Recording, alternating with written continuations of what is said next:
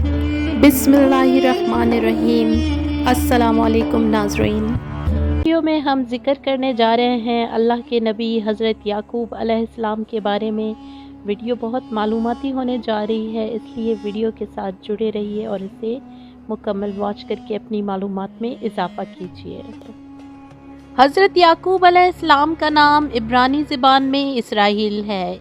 ये इसरा माने अब्दुल और ईल माने अल्लाह, दो लफ्ज़ों से मुरक्कब है और अरबी में इसका तर्जुमा अब्दुल्ला किया जाता है। हज़रत इब्राहीम अलैहिस्सलाम का वो इसहाकी ख़ानदान जो उनकी नस्ल से है, इसलिए बनी इसराइल कहलाता है और आज भी यहूद व नसारा के कदीम ख़ानदान इसी निस्बत से मंसूब हैं। हज़रत याकूब अलैहिस्सलाम हज़रत इसहाक अलैहिस्सलाम के बेटे और हज़रत इब्राहीम अलैहिस्सलाम के पोते थे। आप अलैहिस्सलाम की बिशारत अल्लाह रब्बुल इज़्ज़त ने हज़रत इसहाक अलैहिस्सलाम की विलादत के वक्त ही हज़रत इब्राहीम अलैहिस्सलाम को सुना दी थी। हज़रत याकूब अलैहिस्सलाम का लक़ब इसराइल यानी अल्लाह का बंदा है और इसकी नस्ल से वजूद में आने वाले लोग बनी इसराइल यानी इसराइल की औलाद कहलाते हैं। बनी इसराइल में अल्लाह ताला ने बहुत से नबी मबूस फरमाए। रफ़ीका जो कि हज़रत इसहाक अलैहिस्सलाम की ज़ौजा मोहतरमा थी, उनसे तमाम दो लड़के बिलतरतीब ईसू और याकूब पैदा हुए। इस वक्त हज़रत इसहाक अलैहिस्सलाम की उम्र 60 साल की थी। इसहाक अलैहिस्सलाम ईसू को ज़्यादा चाहते थे और रफ़ीका याकूब से ज़्यादा प्यार रखती थी। ईसू शिकारी थे और बूढ़े माँ बाप को शिकार का गोश्त ला कर देते थे और याकूब खैमा में ही रहते थे। एक रोज़ ईसू थके आए और याकूब से कहने लगे कि मैं बहुत थका हूँ और आज शिकार भी हाथ नहीं आया, तुम अपने खाने में से मुझे कुछ खिला दो। फ़लस्तीनियों का ये दस्तूर था कि मीरास बड़े बेटे की होती है। हज़रत इसहाक अलैहिस्सलाम ने अपने भाई ईसू से कहा, अगर तुम अपनी विरासत से दस्तबरदार हो जाओ तो मैं तुम्हें खाना खिला दूंगा। ईसू ने कहा कि मीरास तुम्हारी है, मुझे बस तुम खाना खिला दो। एक मर्तबा हज़रत इसहाक अलैहिस्सलाम बहुत ही बूढ़े और ज़ईफ़ हो चुके थे, तो उन्होंने चाहा ईसू को बरकत दें। उनसे कहा कि जाकर शिकार कर खिला और उम्दा खाना पकाकर मेरे सामने पेश कर। रफ़ीका ने ये सुना तो दिल से चाहा कि ये बरकत याकूब को मिले। फ़ौरन याकूब को बुलाकर कहा, जल्दी उम्दा खाना तैयार करके बाप के सामने ले जाओ और दुआए बरकत का तालिब हो।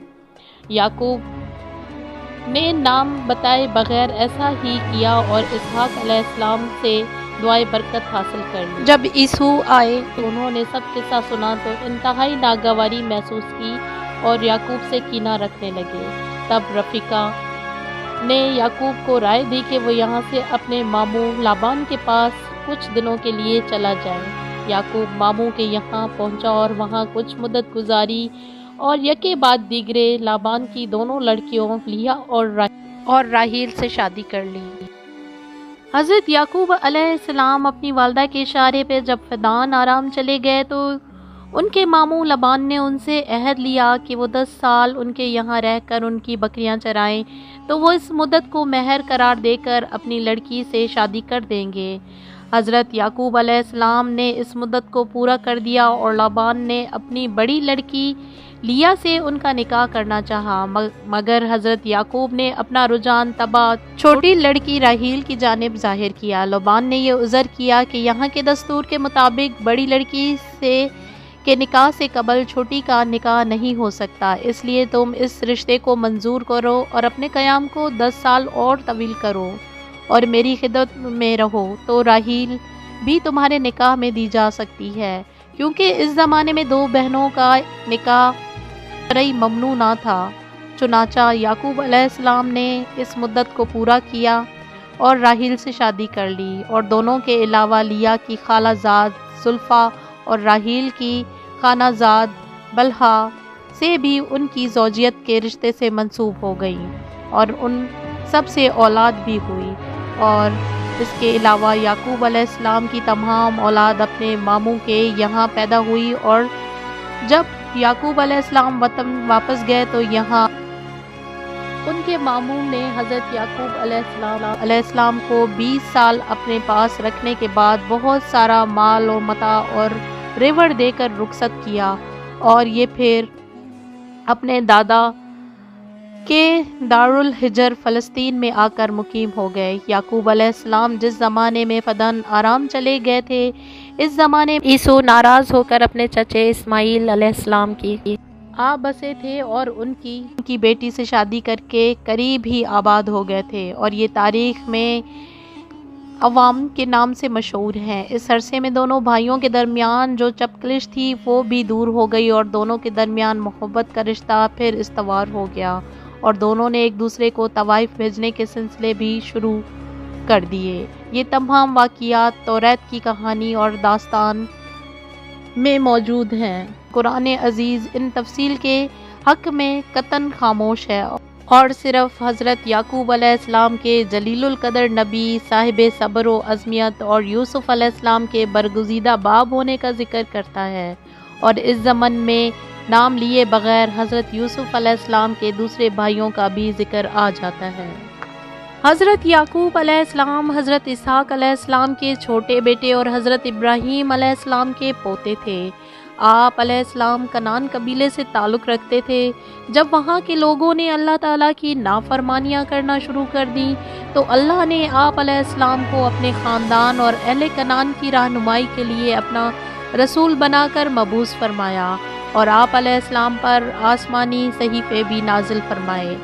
فرمان الہی ہے، ہم نے آپ علیہ السلام کی طرف اس طرح وحی بھیجی جس طرح نوح علیہ السلام اور ان کے بعد کے پیغمبروں کی طرف بھیجی تھی، اور ہم نے ابراہیم، اسماعیل، اسحاق، یعقوب اور ان کی اولاد عیسیٰ، ایوب، یونس، ہارون اور سلیمان کی طرف بھی وحی بھیجی تھی۔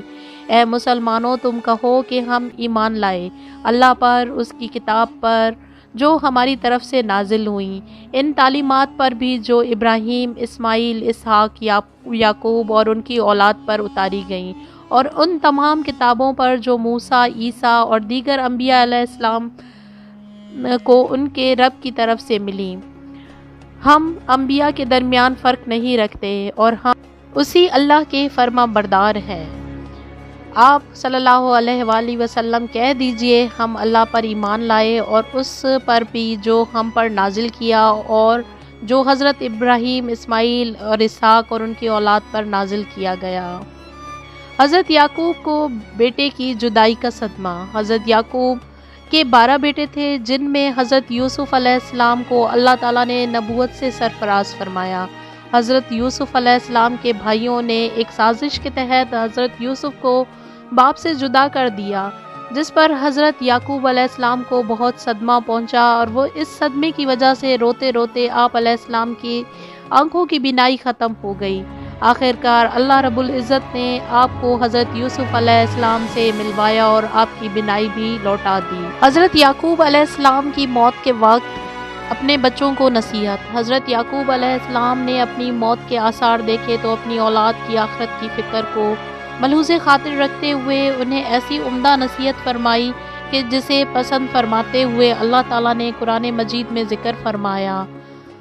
فرمان الہی ہے، کیا تم لوگ اس وقت وہاں موجود تھے جب یعقوب پر موت کا وقت آیا تو انہوں نے اپنے بیٹوں سے پوچھا، میرے بعد تم کس کی عبادت کرو گے؟ انہوں نے جواب دیا، ہم آپ کے اور آپ کے آباء و اجداد ابراہیم، اسماعیل اور اسحاق کے معبود ایک اللہ کی عبادت کریں گے، اور ہم اسی اللہ کے فرما بردار ہوں گے۔